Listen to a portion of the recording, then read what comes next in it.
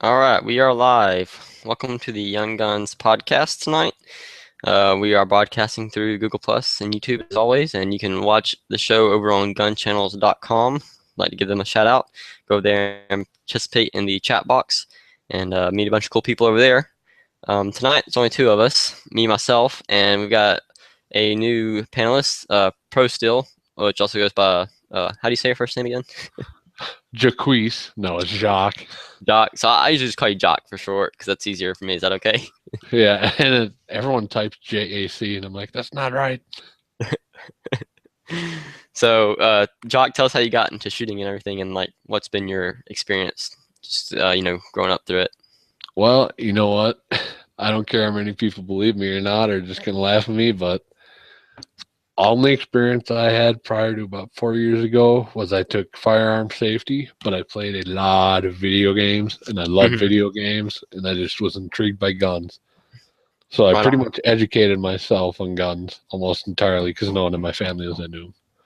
Yeah, that's video games play a huge role in guns. I mean, I grew up hunting, so I was around firearms before I got into video games, but video games kind of got me into that tactical side of firearms. Like all the They tactical, just got me into guns, period. I right? don't get why they get so much, like, people just look down on video games. They're like, ah. Yeah, I mean, it's definitely a great tool to reach a bunch of people. Well, So. it's an education machine, too. It really can be. hmm So what? Go ahead and do our little what's new subject or area we always do. What we've been up to. Myself, I haven't been really doing much anything new lately. Just been shooting matches. Shot one this past Saturday. Got another one this Saturday. Just getting ready to practice a lot this summer. As some of you know, I'm in school, so I will be getting out of college here for the summer and planning to practice every week. Hopefully, if I can afford it, and be shooting a lot of matches, getting ready for the Georgia State match this summer. Also, I'm shooting a sectional match in Arkansas, which is kind of pretty much a state match as well. Same thing. So that'll be really fun. I'm looking forward to that. I'm actually going to be able to meet a Gun Channels member in Arkansas for the state match, for their sectional match. So that'll be neat. What have you been up to, Jock, as far as anything new? Well, first off, good luck, and I hope the guy from Gun Channels isn't all like, hey, come get in my van. Oh no, Um, I won't say no. It's Fuse from. I know, I'm kidding. Hey, Okay. man, you never know. Foos could be all weird and stuff. It could be So Foos point 2.0. yeah. I Let's just go. recently bought my first revolver and shot it, and I can competently say I suck at shooting revolver. hmm Um, That's right. You're talking about the other cat about how you're having a hard time six getting. six dash one, my Smith. Yep, we were trying to hit low bounty target skull, and I would always hit high, low, or I would hit it on no deviation to the right or left. And I'm like, oh, what's going on here? So Well, that's good though because you think about it. Usually, right to left, like trigger, jerk and stuff like that, or improper grip. I would say it's probably something to do with your sight picture when it's just up and down like that. that's my guess because I bench rest the thing, and it is every Right. time it would move that skull. Which is a lot easier to fix than bad trigger. Like it took me a long time to break having a Glock trigger. What Well, people call, people say Glock trigger. When you Glock trigger it, it's because of the design. If you want to pull it on the left I for right-handed. I don't know about anybody else, but for me, my hands are double XL gloves, so pretty much any trigger for me is way too like short. Like my entire joint and my first finger cover every trigger I've ever shot, any rifle, any pistol. So Yeah, people are always like, "You're shooting it wrong." I'm like, "Really? Are you serious right now? Look at my hands." it's like the first section of your finger is completely outside the other side of the gun. That's what you're saying. Well, the first set, the yeah, like there's three bones that make up your Right. finger. The first Yeah, one always wraps around to the left side of the trigger. exactly. So the middle part, the middle section of your finger is what's contacting the trigger. Yeah, basically. Right. Yeah. Yeah, that is kind of bad. Like, but I mean, you can learn how to shoot like that, and pretty much you have to, like you said, because your hand That I size. have to. That's Right. exactly Yeah. Which is fine. It's more important to have a proper grip than it is to be sitting there like your hand like all angled weird just so you can get the end of your finger on the trigger. And yeah, for me, luckily, I have pretty average size hands, so I can use the very tip section of my index finger. It gives you a more consistent pull. The world's yeah. built around you average size people. I know. But anyways, going on to our topic tonight. We didn't entitle it because we were just trying to decide what we are going to talk about. So without further ado, we will introduce the topic. We're going to be talking about targets. And we've kind of covered targets in the past a little bit, just like in sections, subtopics of other chats. But we're going to just focus on really just like what we like to shoot, different kinds of targets that are out there, and pretty much just, shooting stuff, which is what's fun, right? So that's what we're going to talk about. Personally, for me, I shoot a lot of the IPSC style targets. Some picture of them now since we're got them right here with me. Oh, let me turn my bandwidth up first. That might help. Hang on just a second. Sorry, guys. All right, so I shoot the standard. These are both 18-inch wide targets. One of them's classic, one's a metric. This is the metric one, and this is the classic one, which is funny because the classic one is one that shoot over in Europe, and the metric one here is one that here is in the US. But the reason they call it metric is because the measurements on the boxes and everything are actually, they're not like, they're measured with the metric system. So that's when they call them metric targets. But yeah, they're just like 3 zones. As you can see on this one, it's a zone, C zone, D zone. And they're each a different guide for the sport. But I shoot these a lot when I practice.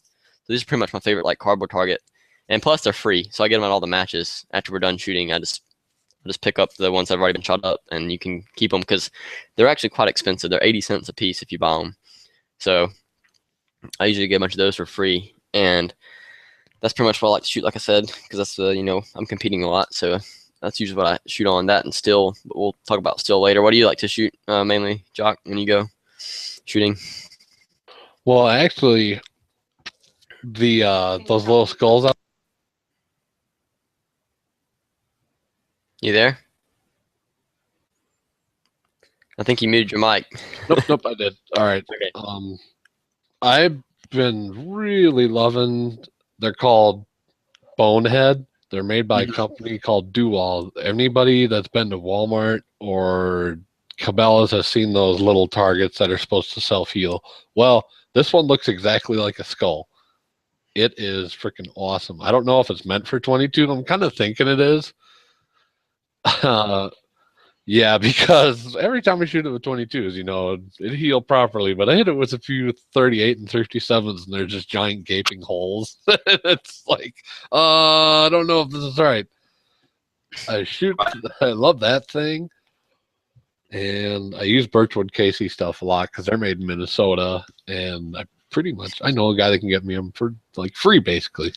Awesome. So any Birchwood Casey stuff I love, not just because they're free, but because they are very well made. Like the sight, I don't know how to describe it. The way the colors and the way they design those sights, they really do draw your eyes to the center. Mm-hmm. Right.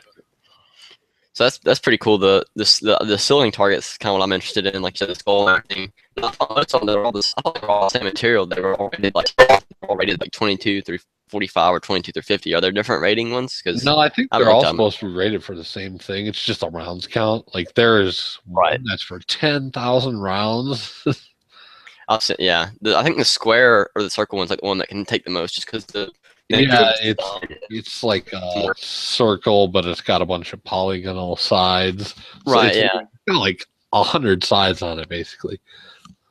Yeah, and it's super dense or some such, but it's supposed to take 10,000 rounds instead of 1,000.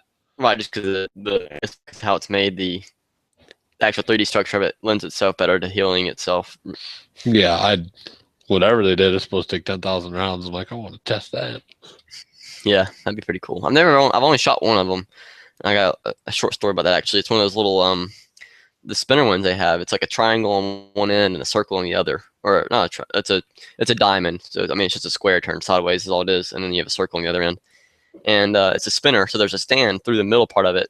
So the seal target is one long piece, and in the middle is the stand, and there's like a hole cut through the sealing target, and so it spins on that stand. You can shoot either the circle or the triangle, the diamond.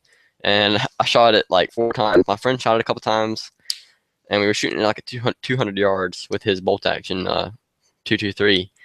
And I shot it like on my first or second shot. I shot at dead center. I wasn't even aiming for dead center. I was just because that far away, all you could see was the orange spinner, like pretty much crosshairs covered the spinner itself. So you just held on the spinner and that was it.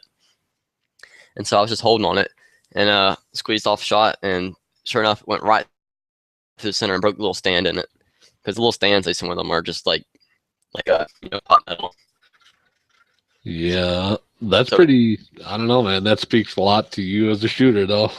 That's what. That speaks a lot about you as a shooter. Oh yeah, I guess so. I mean, it wasn't on purpose. I mean, I hit the target. I was aiming right. It's fine. You suck at this. It's all luck, Caleb. Yeah. So we were shooting prone though. So I mean, he has a really nice. I actually have a video of it up. It's on my YouTube channel. If you guys didn't know, I also have a YouTube channel under the name Ballistic Expansion. That's also me on my name on Instagram too. But yeah, that's who I am. If you don't recognize my voice by now, I'm connecting the dots. He's also known as Khalib. Yeah, that's my first name, Caleb. But on Ballistic Expansion, my channel over there, the video's up, and it's his bolt action 223, and it's got like a giant bull barrel. It's a bench rest rifle. It weighs like 20 pounds, and had like a Nikon Monarch scope on it. It was pretty nice, and you can go check the video out. So, but yeah, it was really fun. But just going back to targets, yeah, that's the only time I've shot one of the ceiling targets. But I can definitely see how popular they are because it's like steel, but even lighter and way cheaper. And because you still kind of get that reactive element to it. Well, and it's unpredictable, whereas steel you can kind of guess, because if you hit really far out or really near the center, you kind of know how it's going to react sometimes. This stuff is just like you hit a slight bit more to the right and it might just go way further left, or it might go further downrange, or yeah, it'll go flying. Well, yeah, I mean, because I hit that skull at the 357 once, and it literally like just went up in the air about 4 inches and back for 3 feet. That's awesome. It was sweet. I wouldn't mind picking one of them up just for fun, but I think the skulls are the best ones, not just because they're a skull. Well, okay, yeah, just because they're a skull, and it's awesome. Skull. I'll get that circle one that takes 10,000 rounds just because of the practicality of it. So I would have bought that, but I couldn't find it anywhere. That's the thing. Yeah. Now I really like they have a prairie dog too that they have a smaller one and they have a bigger one. Then the bigger one's actually a lot more advanced. Like it pops or something. It's spring loaded. The spring loader one, I had seen that. And it's like they're pretty expensive though. They're not cheap, but they're so cool. Like that'd be so much fun. Like if I was shooting long range a lot, I would definitely have that. I would say at that price though, because how much are they? Like I want to say they're like between 100 and 150. At that rate, you almost just better go buy. Well, how much is a popper then? Like a normal steel popper, like 200 stuff? You talking about like a man-sized popper, like the ones that fall? Yeah, not knockdown steel. Yeah, they're over 100, I think. I would say you'd be more serviceable by buying that. I think let me look it up real quick because they're called pepper poppers. Is the actual name of them. Okay. I didn't know for a long time. It just looks like a tiny, like a matchstick with a really big circle, 3/4 up. It's a man with no arms. Okay, they're more. They're more. That's right. I'm sorry, I had it backwards. They're more like 200, and they're like 200 to 300, depending on the kind of stand you get with it. So here's one for like 191. That's the cheapest one I see, and you can get the mini ones, the smaller ones. I think they're more like 100, $100. I would say if you're shooting more long range accurate rifle, you'd almost be better served by that. Yeah, no, if you're a varmint shooter, if you're like a hardcore hunter, that little prairie dog might be perfect for you. Yeah, I think that's exactly who they designed it for. People that'll go buy a bunch of them and actually test, if they can spot a prairie dog. Mm-hmm. Even though it's a bright orange prairie dog. I've never seen that. Bright orange. Yeah, Geo's just saying poppers are lame. It says we have a few, but you need to go reset them all the time. That is a thing about them. They're insanely fun to shoot because it's fun watching them fall. And, need to go reset them? Yeah, unless you get an auto reset one. That's the only one I've ever shot. Yeah, the auto reset ones are sweet. And those are what's insanely expensive. So most clubs can't afford those. Really for USPSA, this still has to be knocked down anyways for the rule book, because how effed up would it be if you had to shoot a steel target? Don't buy your rounds into it until the spring fail. And shoot it once and you know and you hear the team, because sometimes still malfunction. You can hit an edge hit and it won't fall. I've seen it happen numerous times. So you shoot it and you're like, okay, I hit it, and then you move to another position and you forget about it and you think it's a different one and you shoot it again. You know, like it cost you the match or whatever. So they don't, it's all knocked down still. But yeah, like an auto reset would be awesome for like going back, like you said, long range shooting. Set it out like at 500 yards and just sit there and shoot it and not have to go out there and check it for like the whole day, pretty much. Just go out there and repaint it when you repaint it. Okay, yeah, I guess I'd only known of the auto reset, and someone just like, bring the popper, and I was, of course, the guy to grab it, so that's what I always assumed was a popper. Oh yeah, it's the same target. It's just the stands. What's different? I'm pretty sure. Okay. I don't know if they're drilled different. I've never even seen one in person, the auto resetting one, so I don't know exactly how they work. They might be drilled different. Just a big ass spring. That's what I'm saying. I think they're drilled the same, so you can buy the same steel and just put it in those stands.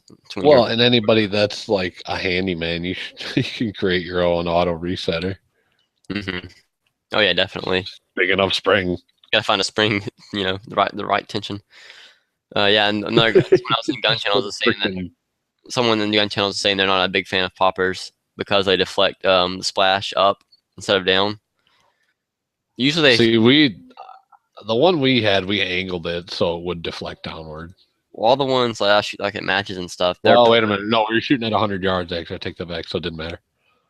You might be talking about like rifle stuff, but like everything I've ever shot is been shot pistol at them. Everything I've ever seen. Yeah, every time I've seen one been shot, it's been pistol. Target.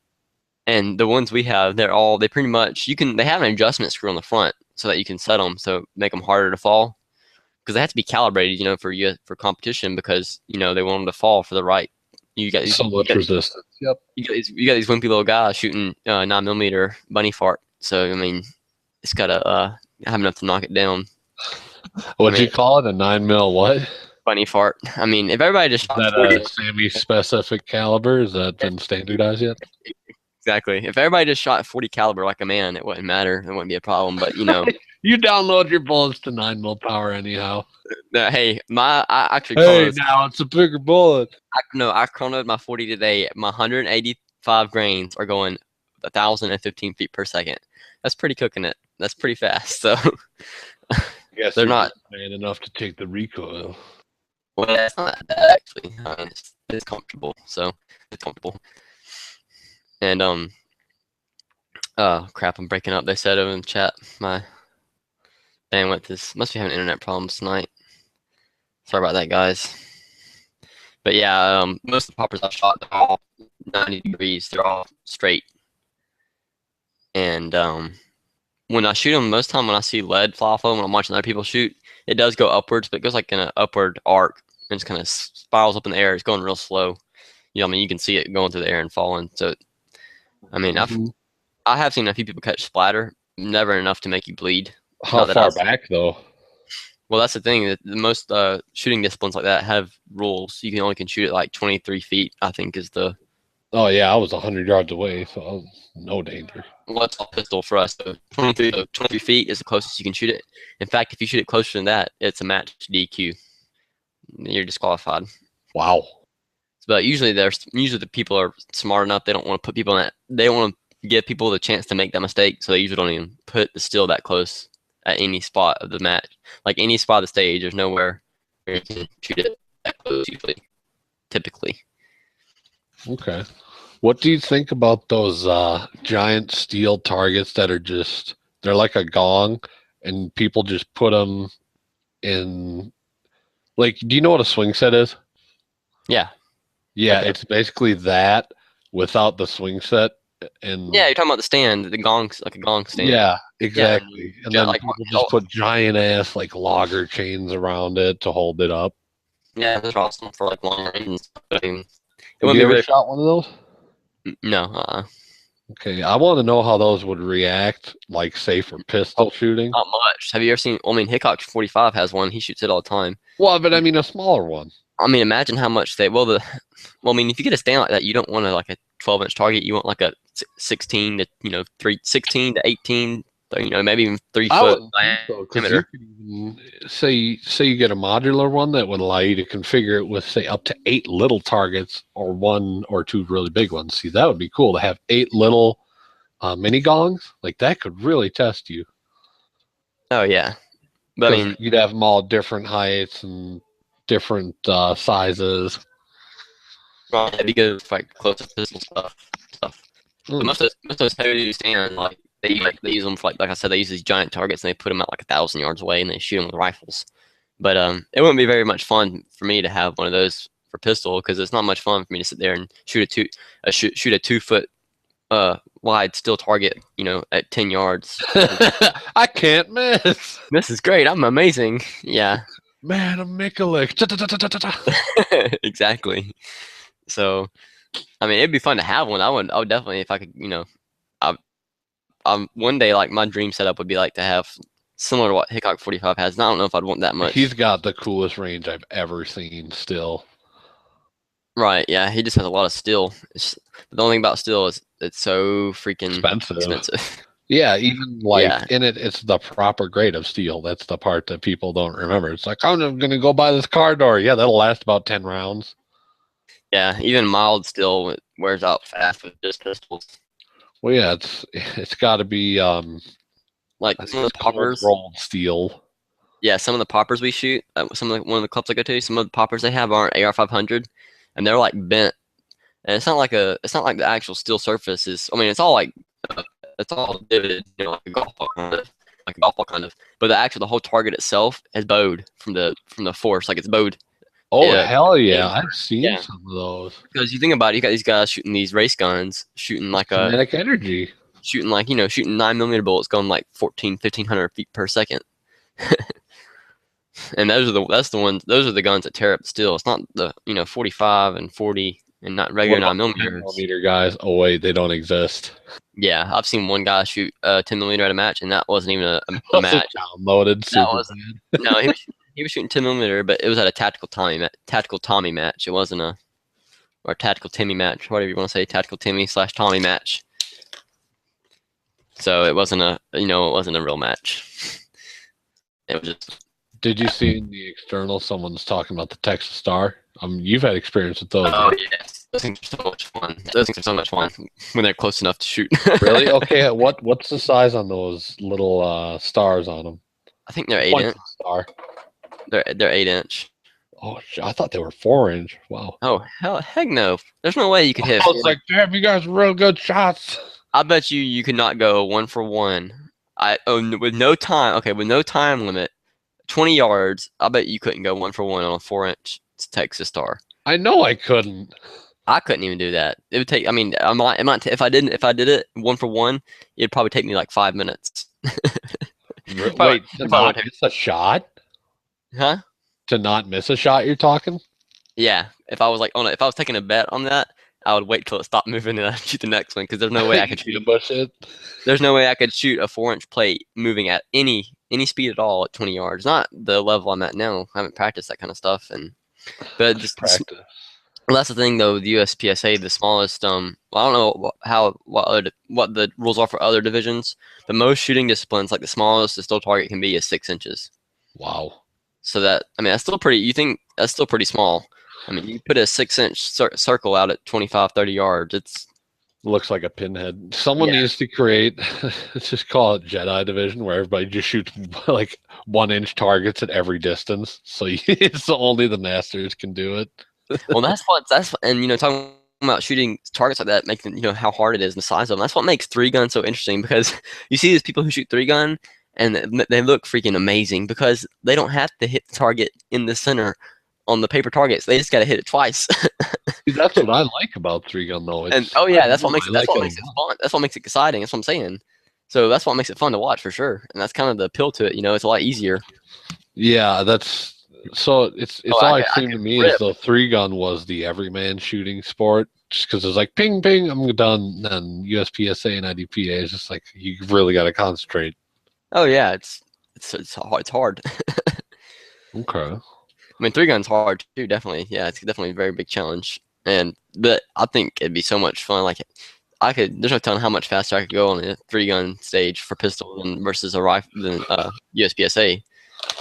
I could just needs to do. He just needs to 3-gun and dominate everyone there. He does. That's what he's been doing. He dominates everybody and everything. Okay, so no, I mean I'll take that back. I mean, there's people out there who beat him, KC and people like that. There's a couple about probably 10 to 20 guys who all switch, can hold their own against each other. The gods. The big dudes, the super squad is what you call them. You think Rob Leatham's as good as everyone says? Heck yeah. Have you seen him shoot a still plate rack? Nope. Oh, okay, I've heard it. I haven't seen it. Have you seen him shoot a plate rack off the hip? No. In under like a second or 2 seconds, something like that. It was like 1 point something. It was crazy. Holy crap. It's just like ting ting ting ting ting ting ting. It's like I'm dying over here. But yeah, this still is definitely really fun to shoot. Just like we said, not having to repaste it or anything like that is great because it lasts forever. It lasts a long time. When you do steel, the main thing is you just want to rotate them when they start looking sketchy, and you just got to repaint them every time, right? Yeah. Well, I mean, I don't repaint them at home, but I mean, I do when I get bad. But like at match, technically, you just go out there with Captain Krylon and like whatever. Oh, not even. I use the paint that comes. I got it at Walmart. You can get it pretty much anywhere. So it comes in a blue can. I forget I don't know what it's called. It's like the cheapest paint they make, but it works fine. And but yeah, like technically for most shooting disciplines, you're supposed to paint the steel targets after each shooter. Most people sometimes, if you just have like some guy on your squad who's got a hard on about painting steel, he'll insist on it. Like at level 1 matches, we don't always paint the steel every time, just because sometimes it's not time efficient to do so. I'm talking about like after every range trip, you just repaint them, not every time you shoot. Oh yeah, well yeah, that's what I mean. That's like when you say range trip, like you forget I shoot outside of my yard, so all my steel stays put up. So I just keep a can of spray paint in my range bag, yeah, and I go down there and when it starts getting bad, I just paint it. Huh, okay. But yeah, like at the bigger matches, for most shooting disciplines, USPSA, IDPA, like the bigger matches, they repaint the steel after every single shooter because it's not fair to. I mean, it's gonna be a lot easier for if you get a mini popper out at 30 yards. It's gonna be a lot easier for the first guy to see it than it is gonna be for the 10th guy to see it when there's no paint on the circle part of it.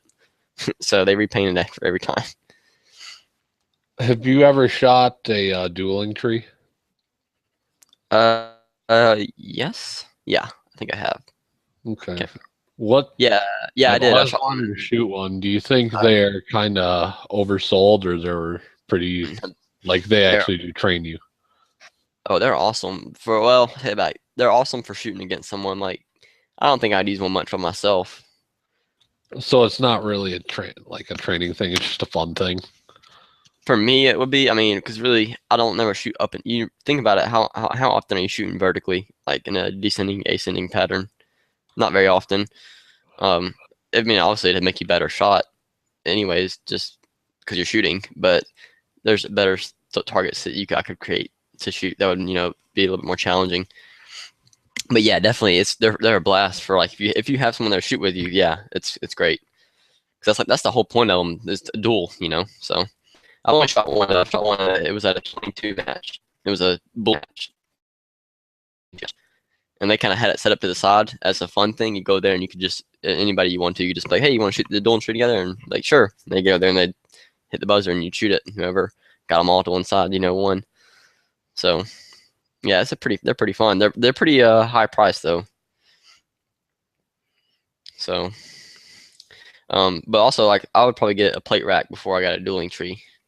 I'm talking about just 6 plates going across a horizontal rack. What have you ever had to not had to, but have you ever had the opportunity to shoot a dueling rack or a steel rack like Hickok has set up? What do you mean? Like horizontal? Yeah. Yeah, that's what I just said, a plate rack. Okay, I didn't know that's what it was called. Yeah, where it's just like when they fall down after you shoot them, right? Well, Hickok doesn't have one of those actually. He doesn't have a plate rack. He just has them. He just has stationary still. Plate rack. What is that called? Because it just looks like a railroad tie with a bunch of auto resets. Oh, okay. Then that is technically it's like a homemade plate rack. That's all it is. Okay. What kind of targets does he have on them? Do you know? Are they circles All or? right, no, he's got hanging targets. So that's what I thought. I thought they were hanging. I didn't think he had any auto reset, or not auto reset, but reset. Half auto reset because most of the plate racks are you reset them by hand. But the way they work is It's so just a like chain or something, right?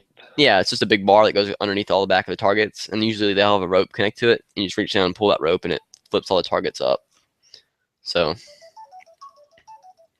and they're all 8 inch. I think they're all 8 inch targets on a standard plate rack, but they're insanely expensive. They're like $3,500.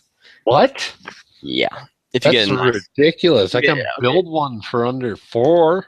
Yeah, if they're really nice, you can get they. It's like a metal stand and everything, so the stand and everything is rated for whatever. I'm sure rifles and stuff. So it's really heavy duty.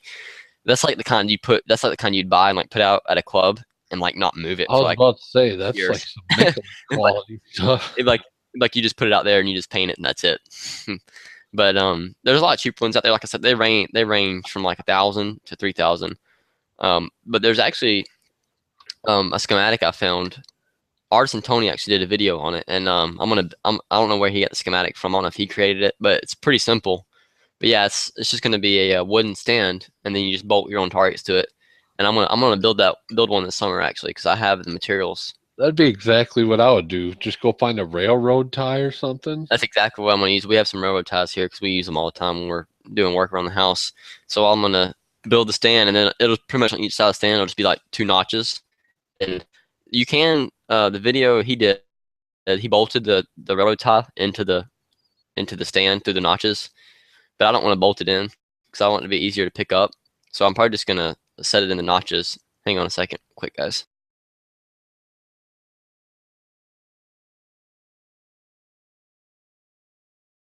Sorry about that. I had something to take care of. But yeah, pretty much the way it'll work is the railroad tie will just sit down with 2 notches on each side of the stand, and then you can just bolt the targets to it. And then you want to move it, you just pick up the railroad tie, and Yeah, then see, that's exactly what I was like exactly what I was talking about in my head.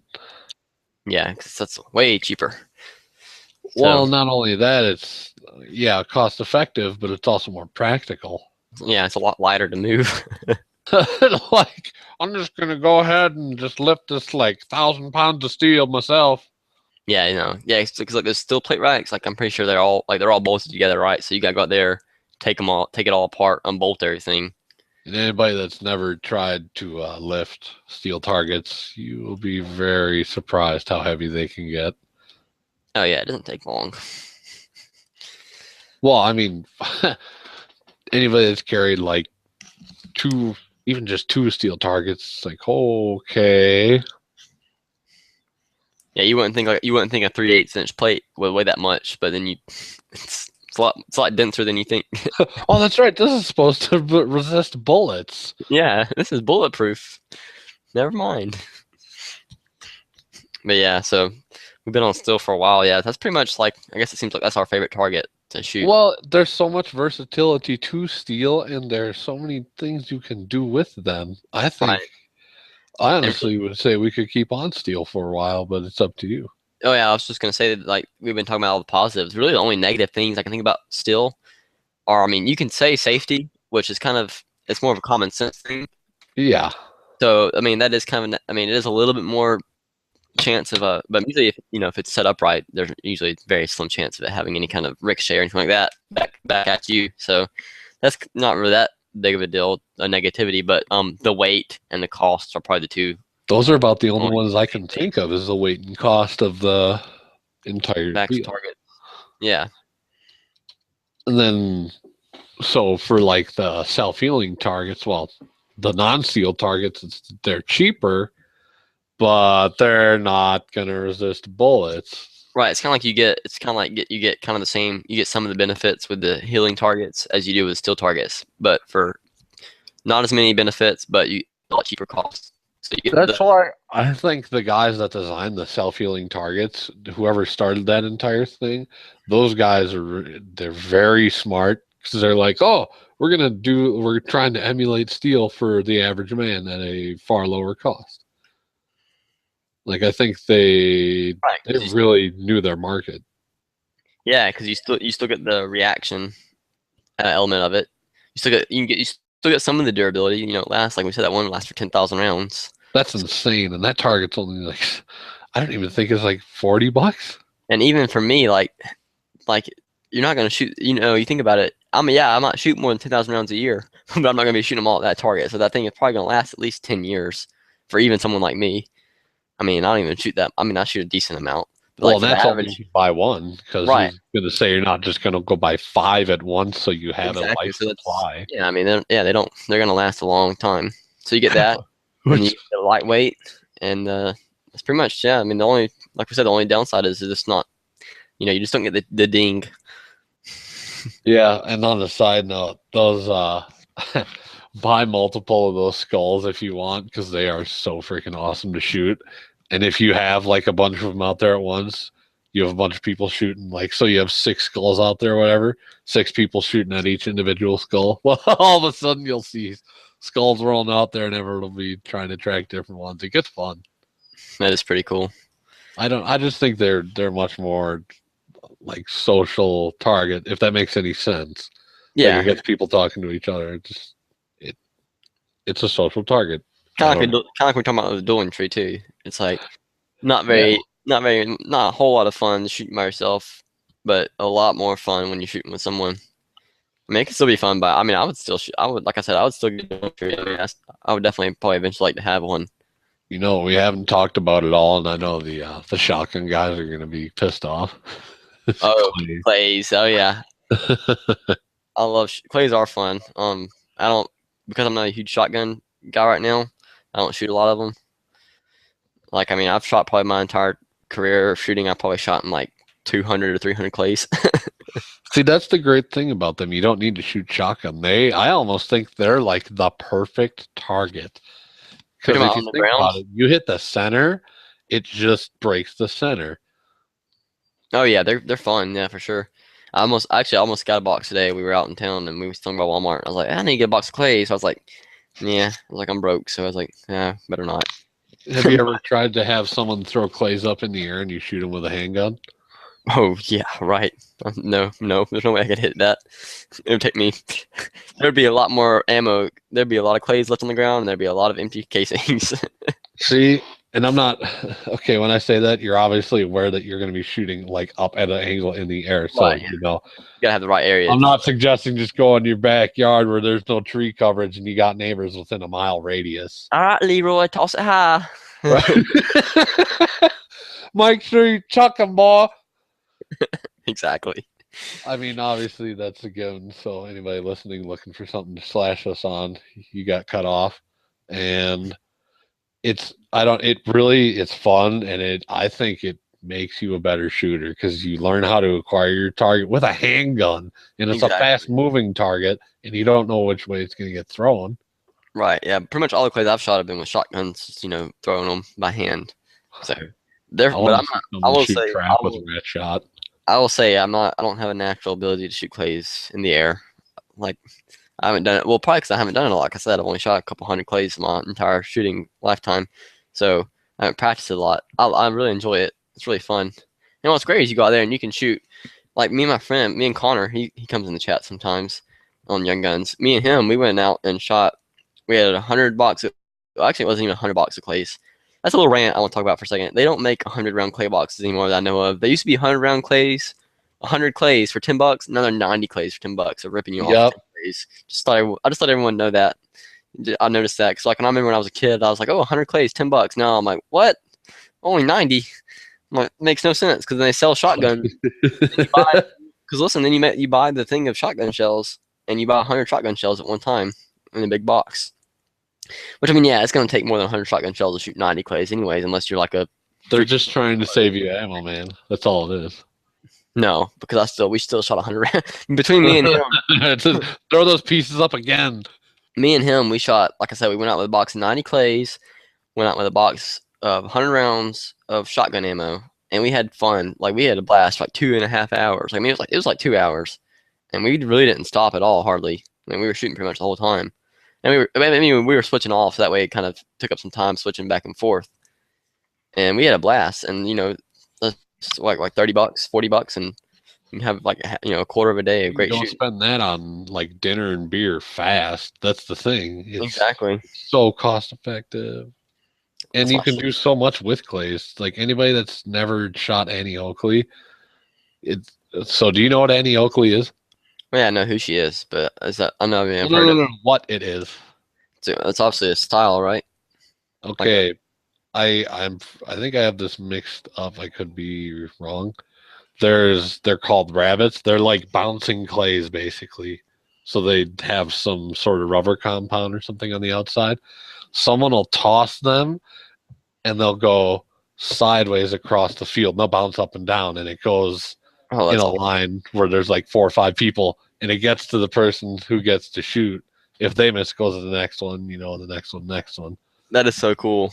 Those rabbits, they're like one of the coolest targets ever. Yeah, it sounds familiar, but I've never really. I mean, I've definitely heard of Annie Oakley because she was a Oh, performer. she was She was a the performer. boss. Right, she was a performing shooter. And when was she around? Like the late night or early 1900s? I mean, Yeah, she's one of the original exhibition shooters. Traveled with Wild Bills. Not Wild Bills. Buffalo. Was it Buffalo Bill? Buffalo Bill Cody. Yeah, He was Bill Cody. he was a I can general. never remember his name when I visited his freaking museum. I have I have a Winchester 94. It's commemorative, and it's commemorative for him. It has about his medallion or whatever in stock. So that's kind of how I knew the name. But yeah, clay is definitely a lot of fun to have shooting clays, and also you talking about the movement of them making it a lot difficult. Something I forgot to mention earlier about these paper targets I shoot in USPSA and IDPA and three gun, pretty much all shooting sports. They have all kinds of different targets that are cardboard, but they move. They'll have them on different stands, and just like to demonstrate real quick. Let me turn my camera on. Are you Hopefully, talking about the ones that rotate, like they pivot off of a central pipe or something, basically? yeah, we have. There's like 3 or 4 different kinds of moving targets that I've encountered so far. So like you have your basic IPSC target, right? So then you'll have a swinger. So it'll be a regular target stand, and it might be behind a barricade like this, so you can't see it. Say I'm the barricade, and it goes like this right here, and it comes out. And sometimes they'll move like probably the slowest one I've seen has probably been like this. So that's pretty slow. That's easy to get 2 shots on in one pass. But sometimes they'll be like this, and you can only get 1 shot per swing. So it makes it kind of definitely makes you have to game it a little different because you don't want to shoot. Usually they're activated by a tripwire on the target stand. So the tripwire will be going from this target stand over to a piece of steel. So you shoot the piece of steel, the steel falls and pulls that wire, and it activates this. So you don't want to set it up so that you shoot the steel and you're sitting there waiting for the thing to come out because there's a little bit of delay there. So usually you try to plan it just right. But yeah, that's the most common one is the swinging one like that. Then they have what they call drop turn. So like usually whenever you see the target before it's been activated, if you're looking at it, it'll be looking like this. And I think that's what you were talking about, Jock. And you shoot a piece of steel, and then it'll go down a piece of pipe, and it's got a like a spiral in it. So it goes like this right here, and it turns, and it presents itself like 3 times, and then it ends closed again like this. Yeah, Those are that is what I was talking about. and those are really easy to shoot. I like those. They're kind of fun for me because they're not a challenge at all. They're usually pretty slow. Then they have another one called a clamshell, and depending on how they have these set up, they can be pretty challenging, or they can be pretty easy. It just depends on how far they are and how tough of a shot it is. The way it works is you'll have like the backside is a white target, so they'll have the target will be laying on the ground. Let me think how they have it set up. It comes up like this. Okay, yeah. So they'll have a target stand, and the target stand it opens up like this, like a clamshell. So on one end you've got the good target, and then on the other end you've got a hostage target. So what it looks like is you're sitting here shooting, and the next thing you know, it activates. Hang on, I got this thing backwards. Crap. So it activates, and this comes up, and as this comes up, this one comes up and covers it. So it's delayed. The back one's delayed. So the back one comes up, you get a presentation, and then it's gone. That seems like a hard target. And well, it's not bad if you're right there and you activate it, but if you just wait on it, it's there and then it's gone. Like you literally have usually a second and a half, 2 seconds max to shoot it. Not even, usually it's about a second, a quarter, second and a quarter. But sometimes if they want to be a real dick to you, they'll shoot, they'll put it like this, And so imagine this side's white. This is one I made, so it's not white. So it'll come up. This is the target you're supposed to shoot, and it'll come up. Boom! All you've got is a head. Usually they'll use another head target, so you don't have any shoulders. So it's just the head. So what that means, and they call them non-penalty mics. So if a target is disappearing, like I was saying earlier, so if the target is like this, and it comes up and disappears, you don't have to shoot it because it disappears. So that means you can pass up the target and not get penalized for it. So you don't have to shoot the target. But typically, to circumvent that, like I said, they'll have it where it's just the head showing whenever it's done doing its movement. So it's still there. It's part of the target. It's still presented. So you have to shoot it, or you get 2 mics if you don't, and that's minus 20 points, which is a lot. So that's one of the other moving targets I have. Pretty much like I said, swinger, the drop turn, and then that's the clamshell. And then sometimes they'll have 2 swingers, going side by side. They'll kind of look like, you'll have 2 targets like this, and they'll be swinging, or they'll be swinging out from 2 barrels, something like that. And then sometimes they'll have some of the bigger matches. They get real fancy with it. They'll have like I don't know how. I've never seen one in person, so I'm not really sure how they work. But it's like they'll have a square frame, and they'll have like 2 targets posted on it, and one of them will be like angled like this, and there'll only be like 1 port down here, and the whole thing will move like this. And so you only see like the targets, like they come through the port, and the whole thing like moves like in a gyrating circle. It's kind of weird. That sounds bad. Yeah, they look pretty awesome, and I've never gotten to shoot one before. I'm sure it'd be really insanely difficult, but it'd be really fun too. So those are, like I said, usually that kind of stuff. Most local matches, they don't have the time to put that kind of stuff out and set it up. So you see that a lot of bigger matches. But as far as moving targets, that's usually what we cover, that kind of stuff. We don't have any moving still though. I will say that'd be kind of neat if we had moving still. I don't think any. I'm not sure about IDPA or 3-gun. Other than Texas Star, there's no like track still. Well, I'm thinking like where you have still going down like a line, like on the track. Have you seen those before where they move across toward you, or it goes in a certain direction? Yeah, okay. That'd be really fun, I think. But I've never seen one. That would be awesome. What if you just if it was moving away from you and you still kept hitting it? So it just keeps going down as it gets further away. It's like bing, pop, bing, keeps popping back up. No, yeah, that's why we don't. That's why we don't have auto taking longer until it gets so far out. So it's not worth it. Yeah, no. Talking about moving targets, there is one moving target that I've seen. I don't think it's ever been incorporated into any kind of a sport shooting that I've seen. I'm sure that someone out there has used them before, but they use them a lot, like in self-defense training. It's a cardboard target where it rushes at you. Have you seen it? Where it's like on a track, and like you'll practice the drill. I have seen it once. Yeah, and like you'll turn around, and the target's like it moves fast, and you don't stand where it can hit you, obviously, because you want it to stop before the track stops before it gets to you. But it stops like literally 2 feet from you, so you have to shoot it before like a certain point or whatever. Kind of helps you like learn how to shoot someone if someone's like running at you, attacking you or whatever. And I thought that would be really fun to shoot. It'd be really cool. I got something to screen share real quick. I don't know what else to call it. I'll show you guys. We gotta make sure this is the right one though. So tell me if you see this. It's on YouTube or no? I don't see anything yet. All right. Oh yeah, I see it. Okay, you're good. Yeah, I see the video. The Destructor Zero. I don't know what he calls these things, but don't play the video because copyright issues. But you can push it. You can move the time thing to where we can see the target. Oh, okay. Yeah, we can't play the video in here because it'd be like stealing content technically. Oh, okay. Well, actually, these aren't monetized, but I don't know. That. Okay, yeah. Okay, I know what you're talking about. That's got to be one of the most challenging target setups I've ever seen. Yeah, where they got 2 guys. He's got 2 people holding it, moving them, and one of them's a hostage, and one of them's bad guy. So that is pretty cool. I have seen that before. That'd be really fun. Yeah, I don't think there it is. I don't think it'd be that difficult. And like they move with him, so he's moving constantly while he's doing that, and they're always going. I just think that's one of the most challenging possible target setups you can have. To be honest, though, I don't think that'd be that hard because look, he's only like 4 yards away from it. So. Well, I mean, but you're moving, and look at all the stuff he's wearing, and he's stressed. Yeah, but it really depends on how fast the guys are moving it on beside him. Would you have a crackhead on your right side and like slow Joe on the left? Exactly. So you have the hostages slow, and you have the bad guys like jumping all around. That would make it harder. Yeah.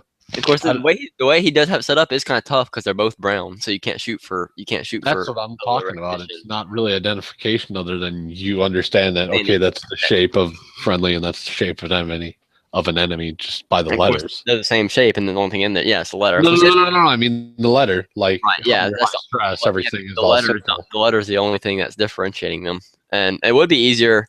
I mean, in a real life situation though, they would be different. It'd be a lot easier to tell them apart, obviously. But you want to train harder than you want to train. You're training. You want to supersede the real life situation. Hopefully, your training is tougher than when the real thing happens. If you ever, Yeah, you want to master something that's as tough as possible, so it always seems easier when it happens. right, yeah. So you have something to fall back to, and yeah, because that drill would be that drill would be a lot easier. I think if, like I said, if you had one of these IPSC targets, and then the white side is the hostage or whatever, and then you had the other one. So they just use 2-inch plates for that instead of those big brown ones. That one, that's not a bad. Don't hit the steel. You couldn't use steel because it'd be so close. It'd be too dangerous to be shooting that close. But what if you like? Yeah, I mean, just like a pie plate or something, though. That would be a really cool drill. Yeah, that would. That's a good idea. Actually, take for me, for like a competition standpoint, take the A zone of the target. The bullseye, quote unquote. A zone would be super hard to do. I mean, it's 6 by 11 inches, but that's still tough. Whenever it's moving and you're moving. Yep.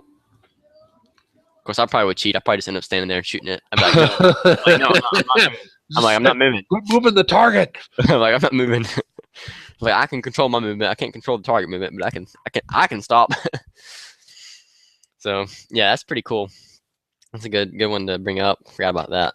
Yeah, well, I mean, and we've only really talked about static targets. So, well, not static targets, but like shooting targets, not training targets. Do you know what I mean? I mean, well, no, I take that back. Every target we have talked about is either or, but we've only talked about it from the sense of you're doing it to hit the target. You're not training with it. Kind of. Do you know what I mean? no, I'm kind of lost. Okay. What do you So mean, like, certain stuff, Len, it seems like there's a certain way to train with targets, and there's a certain way to bench, like to just shoot at targets. Like some lend themselves better to bench rush shooting than others that lend themselves better to training. oh, you're talking about like for self-defense. Yes. Right, yeah. Which I mean, pretty much targets I shoot, like the carbon ones, like same ones. Instructor Zero is just using there. That's like that's pretty much they're the same thing. They're just 18-inch wide silhouettes. Yeah, and I don't know. I think it'd be interesting to see it flip the other way around, where people that are used to shooting those go shoot IDPA or USPSA, and then flip it around. Well, I mean, they're shooting the same size targets. Yeah, but it's a different. Wait, they're shooting the same size? The one, I'm pretty sure the one that you just showed in that video was the same target I have right here with me. It might be a little bit smaller. Are they the same size as a USPSA metric target? Yeah, but all targets are 18 inches wide. I did not know that. I'm pretty sure three gun targets, IDPA targets, and USPSA targets are all the same width. Only thing that's different are the scoring zones, like how they have them, cut up in the scoring zones. Okay. That's it. What do you think? It'd be the hardest thing is have someone hold just the X ring of a bullseye in front of you and do that instructed zero drill. Screw that. I'd be like, don't worry, I got this. 870 pump. Shotgun. Heck, I probably would still miss it a couple times with a shotgun. I know I would. Yeah, that would suck. I'm gonna be awesome. Just like I hit it. Yeah. So I don't know what else. What other targets are out there? I'm trying to think. Something we haven't covered. When you said bullseye, I mean, there's a lot of bullseye targets out there. I haven't shot a lot of them. There's a lot of standardized law enforcement targets. A lot of bullseye shooting targets. I was gonna say I haven't seen it yet, but I don't know how viable it is. But drone targets, where like someone attaches, or like Quark. So say Quark attaches a target to his quadcopter, and it's so low enough that you can't hit the quadcopter, but it's still moving around. I don't know. It'd almost be more fun to shoot the quadcopter. Yeah, see, that's the problem. I was like, but I'd want to take the copter out anyhow. No, they did that at the the Big Sandy shoot, isn't that what it's called out in Arizona, where they have the machine guns? They have those RC planes. They Oh, the fly, Big Sandy shoot. Yep. yeah, and they fly them across the G-Web's all about that because he's been there. They fly them all across the canyon there, and they're really. Oh, that's I've seen some videos when they talk about the planes and stuff that they use. Like people mention them, and you look at the planes, they're really lightweight, and they're like nothing. They're made out of nothing, like thin paper. Like the only thing that's there pretty much is like the fuselage and the engine and the the props and everything. Like the rest of the body is just hollow. So when you shoot them, if you don't hit anything substantial, it's not going to affect it. It's just going to put a hole right through it, and the plane's going to keep on flying. That's cool. That's what makes them so hard to shoot down. Yeah, that'd be so much fun. Now that you kind of mentioned it, I think it would be interesting to see much more aerial, not aerial, just like ground hover level oriented targets, like their people's face level, so they can get down to their knees. Oh, they'd be artificially like moving on their own, like not controlled by anything. Other than Yeah, they're basically simulating like all variable possible distances and heights, and I think that would be a really good target to train on. it's like Just looking to get good at snap shooting, even, which is a really viable skill. it's like Wave of the Future, where we have like little orbs that come up out of the ground, like out of a little slot in the ground. Yeah, And they like just come anybody that's ever seen Star Wars, where he's got that the thing he's training with. I haven't seen it, so It's just an orb that it says like lightsaber trainer. It's an orb. He activates it. It just floats around and he swings at it. okay, gotcha. Yeah. And it anticipates it or da da da Yeah, da. movement, right? Yeah. Now they do have some of that kind of stuff, like they call like turkey shooting, like a turkey shoot, where they have like targets, like come up straight from the ground, and they come up and they reach their peak, their max elevation, they go right back down. Oh, cool. You've seen those before, right? They actually use those a lot in like long range shooting too, like extreme long range, like like several hundred yards, like 500, 1,000, 2,000, really long range target. They'll have the like a man-sized target, and it'll come up real slow, but it'll present itself like 3 seconds. But 3 seconds at like 1,000 yards isn't a long time. No, you gotta the first quarter of the first second. You gotta You're send your starting- bullet, otherwise it's gone. Yeah, exactly. So, man, I think they're longer than that. I'm just giving a round number, but they're a few seconds, and the target will just come up out behind something, come up, go all the way to the top of its elevation, and then slide right back down behind the cover. They're pretty cool. That'd be a really neat challenge, I think. Yeah. Oh, What about shooting 1,000 yards with a pistol? Is that a challenge to you, Caleb? I don't know. That's a good warm up, It just seems too easy. Like, come on, man. Give me something worth my trouble. Shooting at space, trying to hit the passing star. There you go. Smaggy out in Gun Channel said RC cars with a with a balloon on the end of like the antenna or something. That would be awesome. That would be sweet. That's a good idea because you could that's totally viable because you could use that and you wouldn't have to ever worry about. I mean, pretty much if you got a tall enough antenna, you wouldn't have to ever worry about hitting the RC car. I mean, unless someone was just like a horrible shot. Yeah, I like his idea way more. Man, why aren't Yeah. you in here? What are you doing? He's probably not. He's probably not Young Guns. A Young Gun. Oh, he's in the freaking channel.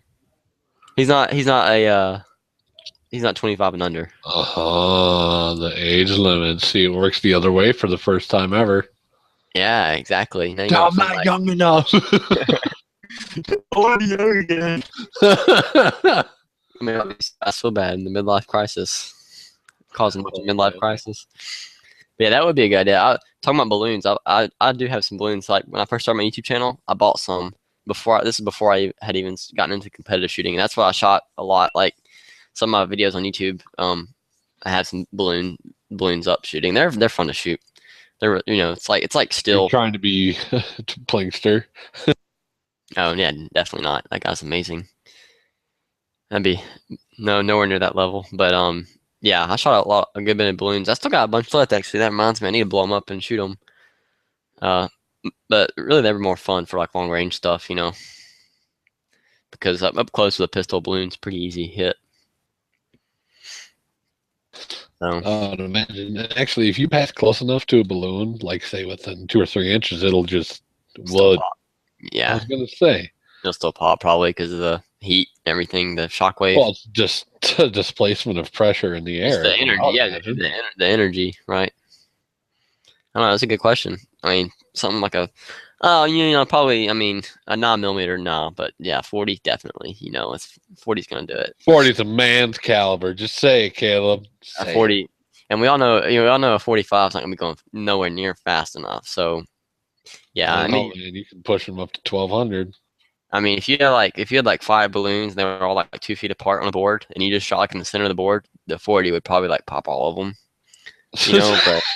But I mean, I'm just saying. All You're telling me we all need to shoot 500 magnums just so we can pop all the balloons in the space, right? Right? Yeah. Everybody in Scatter competition needs to shoot a 500 Smith and Wesson Magnum. Period. blunderbuss. No, oh yeah, in all And it's honesty. got to be like the 2-inch barrel version Oh God, screw that. They stopped making that gun because I guess they realized because how. it's too much manliness. Yeah, exactly. No one could handle it.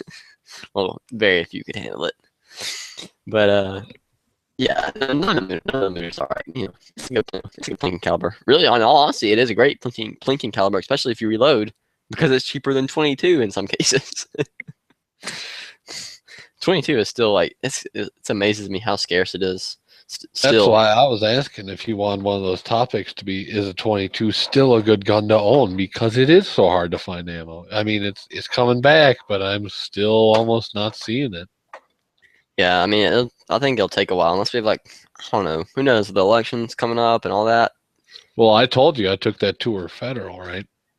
Yeah, he told me about that. Well, I What? didn't tell any of the viewers. Do you want me to do that or not? Yeah, go ahead and just give him a real quick explanation about the how much ammo So they're putting out. it was about a year ago, around this time actually. I took a tour of Federal Munition in Anoka, Minnesota, right? The largest ammo producer in the U.S. that I know of. They had 9 machines producing 1 million rounds of 22 a day. 9 machines dedicated to that alone. They still weren't able to meet the demand to like a year later. And they were doing this a year prior to before I even took that tour. Yeah, So they put out 9 million plus rounds a day yeah, for just 22, and they still haven't made enough. yeah, that's crazy. That's like talking about just how far they're behind, like Hornady, for example. Because I went to look at I was getting some bullets for one of my family members for Christmas or whatever, and they have all these notices up on their website. They've literally discontinued like I'll probably say 75% of the different types of projectiles they offer. They're not manufacturing right now. They're manufacturing the popular calibers, and the popular weights. Popular weight Yeah. bullets. That's what's gonna sell the most. So they're just putting all the production into that, and all the other stuff. They're just like, look, sorry, man. It's like we're not gonna be making any for a while. Yeah, Sorry, man. like it's a business, and people, and we're still, people are shooting this, not people are shooting, 308. They're not shooting 154 grain 7 millimeter mag bullets. That's what I was trying to find, by the way. So they made 6,804,000,000 rounds of 22 to date. If I did my math right. From the time you've been on the tour. Yeah. No, that was from that's 2 years a cumulative amount of 22s they've made. 6 billion rounds. 6,804,000,000. That's that's pretty good bit, I guess. That's insane. And they can't keep it stocked anywhere. It's not insane when you think about how many people are in the U.S., but then you gotta realize that everybody in the U.S. doesn't shoot 22. Although 22 is, very, widely used caliber, one of the most, probably the most used caliber. So pretty much you could almost say, with some certainty that, 95% or 95 to 100% of shooters have a firearm that shoots 22. So you got pretty much, all firearm owners looking for it. I don't, oddly enough. Exactly. That's what I'm saying. Like, there's probably like 2% of firearm shooters do not own a 22 caliber. Well, that's because my sister took the 22 that I kind of gave it to her because she didn't have a gun. I was like, oh, take this. See, let me think. If I've got 1, 2. It was 3, either that or I was going to give her my Nova, and I was like, hell no, it's my Nova. I've got 422, four guns that are 22 caliber. And my dad's got another one. So we've got 5 that are just in 22. But I literally haven't shot any of them. I mean, I shot my little Mark III, my Ruger, like for a video the other day, and that was it because I don't have any ammo for it. I don't take it out and shoot no more. But yeah, but going back to targets, we've pretty much covered most of it I can think of. The Texas Star, we hit on it a little bit. I'd probably say that's my favorite moving still target. I'd probably say that's my favorite target of all. Just Like, Texas Star. Yeah, just the Texas Star. Like, it's the most fun that I've shot. Now, when you do those, there's two approaches: ambush or follow. Correct? Uh, Actually, there's 3 approaches. Okay. What? Don't So- shoot. No, this is it'll kind of blow your mind when you think about it. Like, very few people take the 3rd approach. Usually, it's really fast guys. But so let me draw real quick. Actually, I mean, what's 5 targets? I mean, what's 5? 1, 2, 3. And a star? 5. 6. It's 6 or 5? 5. It's a star. 5 points. Yeah. Okay. That's what I can't remember. Yeah, that's right. Okay, so let me put my marker down here. You are not drawing a Texas Star out, are you? No, I'm just drawing the circles themselves. That's all I need. Okay, I was like, Okay. I'm proud of you. So you see these 5. So this is the top one. You see when the star is completely set. So there's the first way, the most general way, is to shoot the top one and pick a side. So shoot top and then shoot left or right. And like you said, you can either ambush or follow, but usually you shoot the top one and this one comes up a little bit, so you usually meet it right here, and that one follows, and that one. Usually by the time you get the last 2 targets, like you're shooting this one right here, if you're shooting this way, this last target's usually at the bottom when you're shooting. It's right on here by the time it swings around.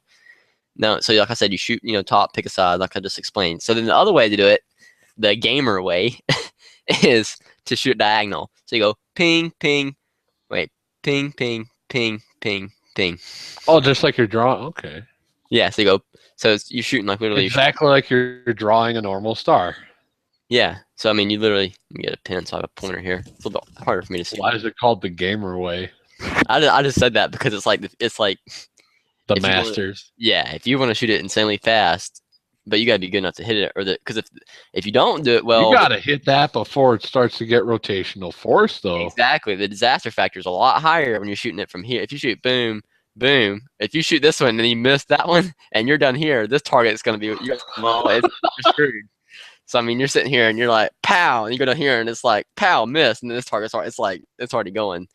So I mean, it's pretty much you got to shoot boom, boom, boom, boom, boom. It's consecutive, 1 for 1, no problems, smooth run. Usually people with dots shoot those only. Really? And I've yet to see. I mean, there's not open shooters around. There's a few. There's probably 8 to 10 at a match. I have yet to see an open shooter shoot it that way. Wow. Probably just because I haven't been in a squad with one when they shot it. I'm sure there's some of them. I know there's a GM who shoots with us who's open. I'm sure he shoots them that way sometimes. And so sometimes it's worth it to shoot like that. And yeah, that's the way to shoot it and be fast. If you can hit them, like I said, I would never try it that way. Not with an iron sight gun. You got to try it that way now. No. If I had one to practice with, I would. Yeah. If I had one at home, oh my gosh, yeah. That's another thing. Talking about those. Talking about the cost of them, I think they're like $1,500. I want to say they might be cheaper than that. I think they're around that 1,500 and under range. Huh. Wait, say that again. What? How much they are? Yeah. Like 1,500, I think, Frick, what? for a Texas Star. Well, no, I guess that ain't that bad. Yeah. I don't know. Look it up. I can't remember. It's been a while since I looked at them. I don't know. Right now. Usually I don't look at stuff that I can't afford. Not often. I mean, they're pretty pricey. So let's see. Here's a do-it-yourself one for $270. To yourself anything. Okay, it's under 1,000. I'll say I see one here, like a simple one. It depends on. Okay. It just depends on how well they're built. That's what I'm saying. Everything's You're paying for attention to detail with everything. right. Yeah, I'm trying to find a really good one. That's why people who are master luthiers or master gunsmiths or master anything can charge so much, because they do the fine details so well. So here's like a pretty basic one for 675. That's not bad at all, actually. In fact, I'll probably get that. Like that's probably something like I'll get in a few Now years. you got to buy it, Caleb. Yeah, when I get my own place, that'll be my next thing to do.